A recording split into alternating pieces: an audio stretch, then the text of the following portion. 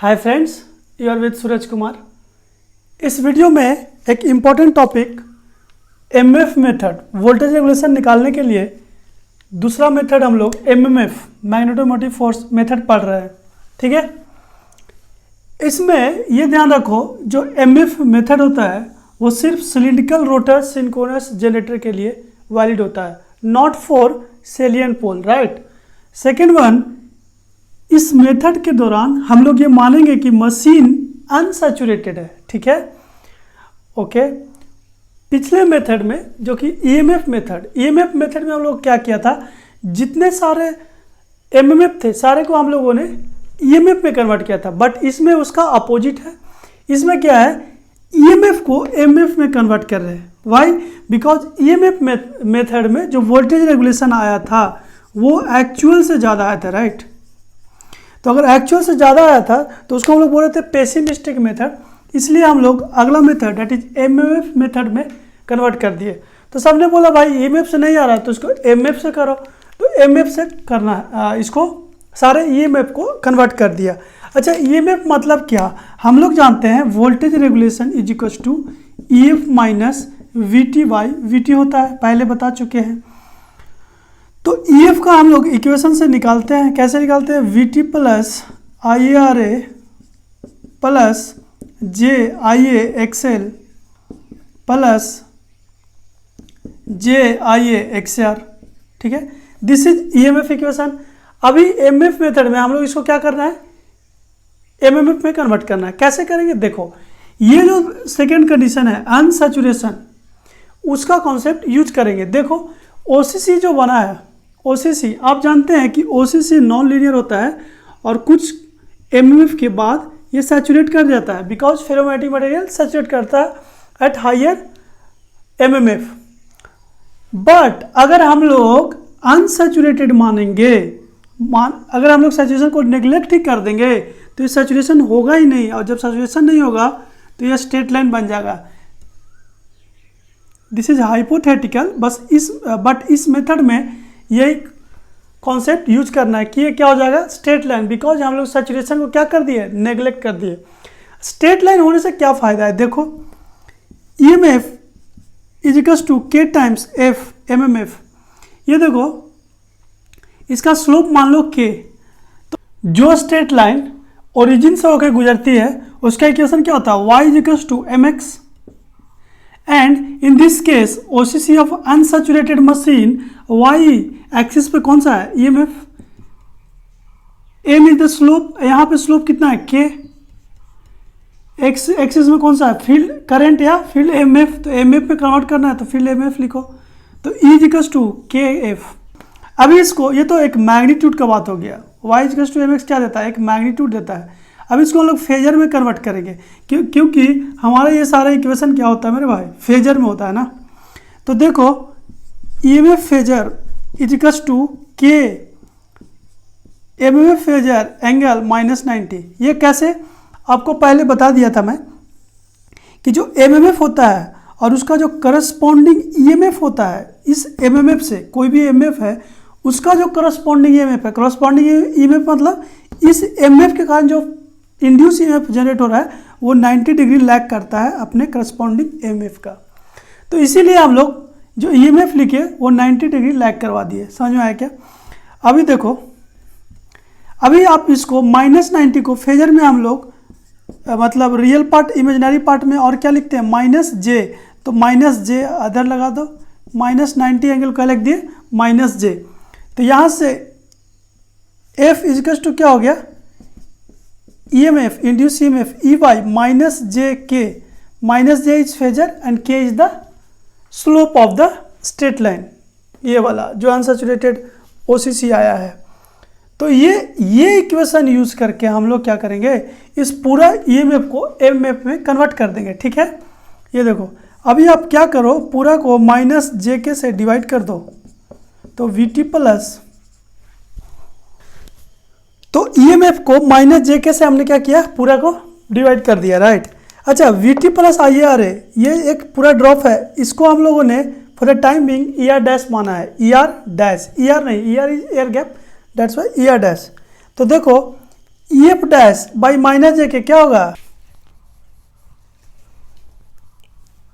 ये हो जाएगा FF, क्योंकि जो एक्साइटेशन EMF है वो कहाँ से जनरेट होता है, फील्ड EMF से। जो फील्ड करंट हम लोग देते हैं यहाँ पे रोटर में, जो फील्ड करंट हम लोग देते हैं उसी से फील्ड EMF जनरेट होता है। तो जब इसको डिवाइड करेंगे तो इसका करस्पॉन्डिंग MMF कौन सा आएगा, FF।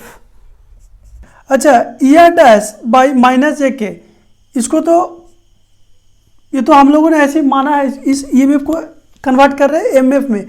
तो मान लो कि ER डैश को FR डैश कन्वर्ट कर रहा है, ठीक है, FR डैश लिख देते हैं इसका करस्पॉन्डिंग।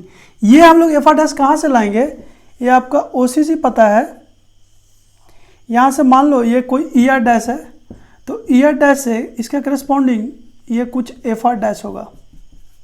समझ में आया क्या?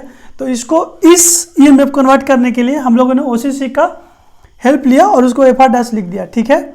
अभी देखो इसको पहले देखो, JIA माइनस जे के, जे से जे कैंसिल कर दो तो माइनस के बचा। देखो हम लोग जानते हैं कि जो MMF होता है, सॉरी हाँ, आर्मेचर MF या reaction is directly proportional to IA, directly proportional हटेगा तो क्या हो जाएगा, C टाइम्स IA। उसके बाद हम लोग ये भी जानते हैं कि जो EMF है, यहाँ से हम लोग इससे लिख रहे हैं, जो अनसैचुरेशन वाला कर्व है OCC, EMF equals to K times FA होगा, ठीक है, K is the slope of this. अभी ये जो EMF है उस in case of armature reaction क्या लिखते हैं, IAXR इक्वल्स टू क्या हो जाएगा, KFA, ठीक है। तो इसको अगर K से डिवाइड कर दोगे तो क्या होगा, IAXR by K is equals to FA। तो ये IAXR बाई K को क्या लिख देंगे, FA, तो यहाँ माइनस का FA आ जाएगा, ठीक है, ये माइनस। सिमिलरली यहाँ भी क्या आ जाएगा, माइनस। सेम कॉन्सेप्ट पे लीकेज जो होता है वो डायरेक्टली प्रोपोर्शनल टू करंट होता है, तो अगर वैसे करोगे तो यहाँ भी क्या आ जाएगा, FAL। समझ में आया क्या?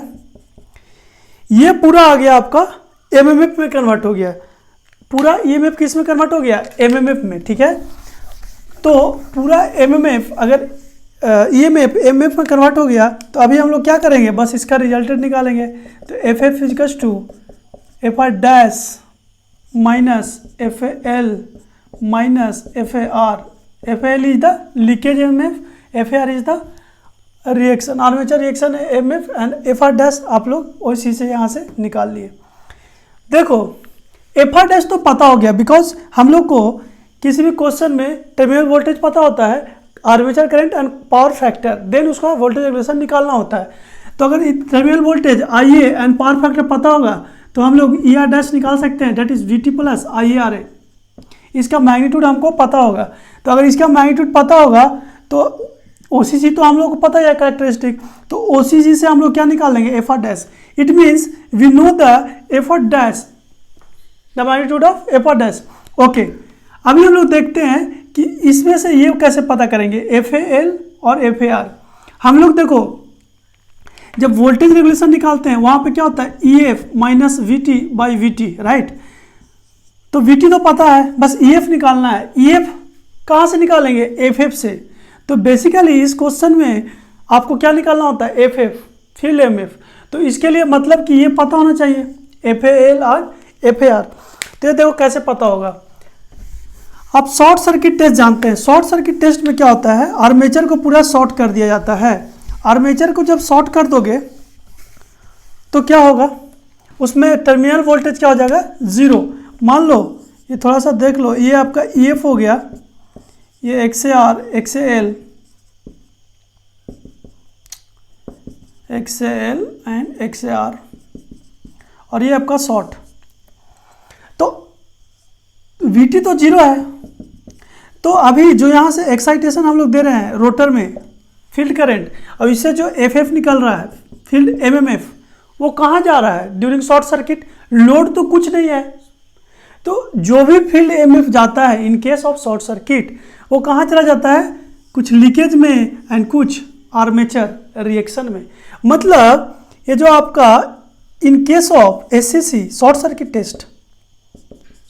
टेस्ट जो भी फील्ड करंट देंगे हम लोग, वो कुछ लीकेज में चला जाएगा और कुछ कहाँ चल जाएगा, आर्मेचर रिएक्शन में। मतलब FF equals to FAR plus FAL in case of short circuit, right. तो अगर इसमें चला जाएगा तो हम लोग बोल रहे हैं कि हम लोग को तो निकालना क्या है, ये देखो इसको माइनस कॉमन ले लो, यहाँ से माइनस कॉमन लो तो ये प्लस हो जाएगा। तो हम लोग को FAL प्लस FAR ही निकालना है। तो ड्यूरिंग शॉर्ट सर्किट अगर हम लोग शॉर्ट सर्किट करेंगे तो हम लोग क्या निकल जाएगा, जो फील्ड करंट, देखो शॉर्ट सर्किट में हम लोग क्या मेजर करते हैं, ISC वर्सेस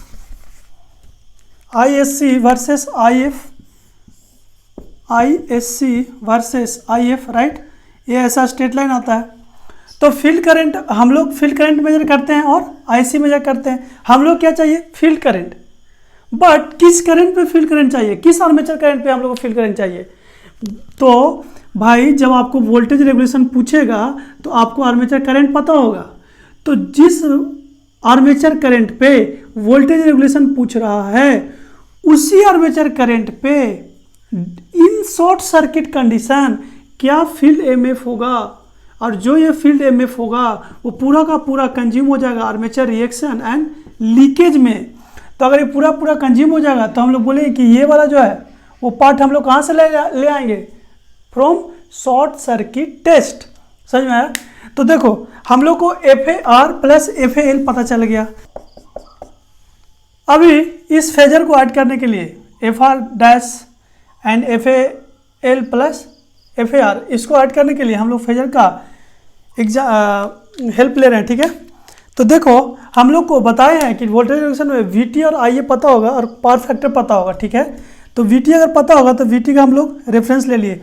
हम लोग फेजर डायग्राम का पहले ही वीडियो बना चुके हैं, अगर आप नहीं समझ में आए तो उसको जरूर देखें, वो बहुत इंपॉर्टेंट है। तो ये VT है, टर्मिनल वोल्टेज है। तो ठीक है, IA का डायरेक्शन हम लोग इधर ले लिए, लैगिंग हम लोग केस मान लिए lagging, because maximum load lagging होता है तो लैगिंग मान लिए।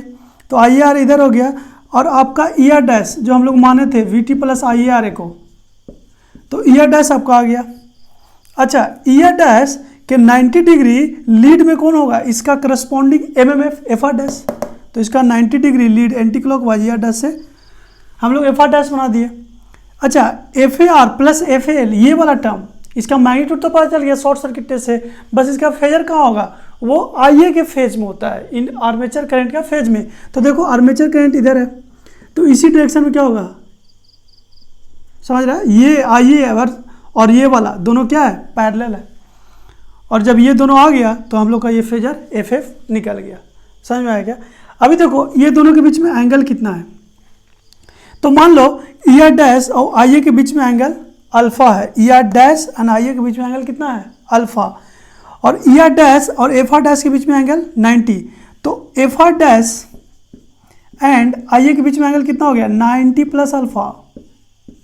अच्छा, IA और FAR प्लस FAL एक ही फेज में है, मतलब सेम डायरेक्शन में है।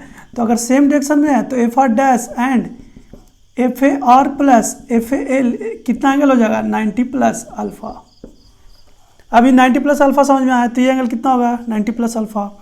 तो अभी ऐड कर दो, ये FR डैश हो गया ये वाला, फिर 90 प्लस अल्फा के बाद कौन सा हो गया, ये FAR प्लस FAL।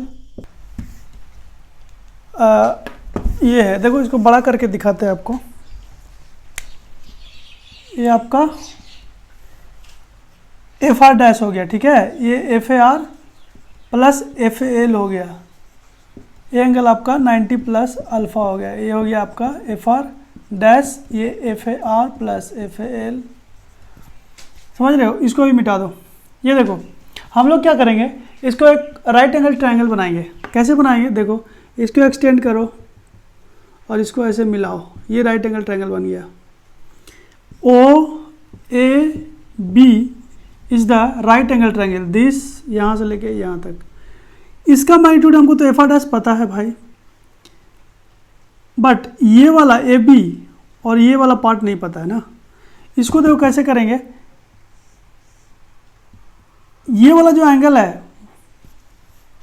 वो तो हमको पता होगा 180 माइनस समथिंग, तो 180 समथिंग इसको थीटा बोल दो। Theta is equals to 180 minus 90 plus alpha, होगा कि नहीं होगा। तो इसको देखो, इसको मान लो OA है ना, इसको C मान लो, तो CA कितना हो जाएगा, C A is A B cos sorry B C cos theta, B C is what F A plus F A R cos theta, theta आपको पता है 180 माइनस 90 प्लस अल्फा, तो यहाँ थीटा लिख रहे हैं, ठीक है। उसके बाद आप ए बी लिख लो, ए बी कितना आएगा, ये साइन थीटा आ जाएगा, B C sine theta, B C is F A R plus F A L sine theta, ठीक है। यहाँ से अगर आप निकालोगे ये ओ ए, आप ओ बी आपको निकालना है, ओ बी का मैग्नीट्यूड क्या है एफ एफ, ओ बी क्या हो जाएगा root under O C plus C A का whole square, O C that is F R dash plus C A जो भी यहाँ से निकाले का whole square plus A B is what this one A B का होल स्क्वायर। यहाँ से आपका डायरेक्ट ये ओ बी है क्या एफ एफ आ गया। जब एफ एफ का मैग्नीट्यूड आ गया तो आप यहाँ ओ सी सी से निकाल लो ई एफ, और जब ई एफ आ गया तो वोल्टेज रेगुलेशन निकाल लो E F minus V T by V T. And in case of M F method voltage regulation जो आता है वो एक्चुअल से कम आता है, ठीक है। ये हो गया। दूसरा आप एक डायरेक्ट फार्मूला लगा के भी कर सकते हो, इतना कॉस थीटा साइन थीटा नहीं करके भी। कैसे करोगे, इसको मिटा दो, ठीक है। इसको आप लगा दो F F equals to root over F R dash square plus ये एफ आर डैश क्या हो गया ओ सी स्क्वायर, ऐसे लिख दो ओ सी, अभी O C square plus B C square plus 2ab cos theta, 2ab sorry मतलब 2oc into B C, 2oc into B C cos theta. Theta कौन सा रहेगा, यही थीटा जो यहाँ बताएं, this theta will be used. तो यहाँ से भी आप एफ एफ डैश का वैल्यू निकाल सकते हैं।